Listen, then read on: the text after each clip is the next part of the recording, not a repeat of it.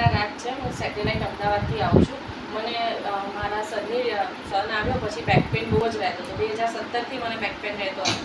Every winter આવે એટલે ગરમ પાણીની શેકની થેલી લેવી જ પડે કે તો જ બીજા દિવસે સવારે ઉઠી શકાય, નહીં તો ઉઠી ના શકાય. પણ આ ડિસેમ્બરથી મને ધારાબેને મેટ્રસ આપી છે અને યુઝ કર્યા પછી મને 1.5 મહિનામાં ટોટલી બેક પેઇન જતો રહ્યો છે. જે હું આયુર્વેદિક દવા કરતી હતી, એલોપેથી કરતી હતી, દરેક વસ્તુ કરતી હતી પણ બેક પેઇન જતો નહોતો.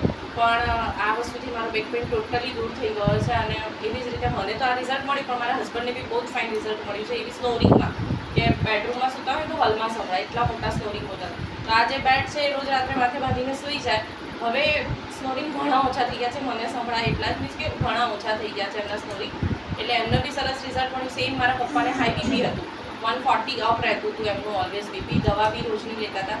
એમનું બીપી બી એકદમ નોર્મલ થઈ ગયું છે, દવા બી ઓછી થઈ ગઈ છે. અને એવી જ રીતે મારી મમ્મીને વેરિકોઝ વેઇન્સમાં મળ્યું. એના બી વેરિકોઝ વેઇન્સ ઘણા લાઇટ થઈ ગયા છે. ઓપરેશન કરાવવાનું કેન્સલ થયું છે. એટલે બહુ સરસ રિઝલ્ટ મને મળ્યું. હેપી વિથ બાળકો.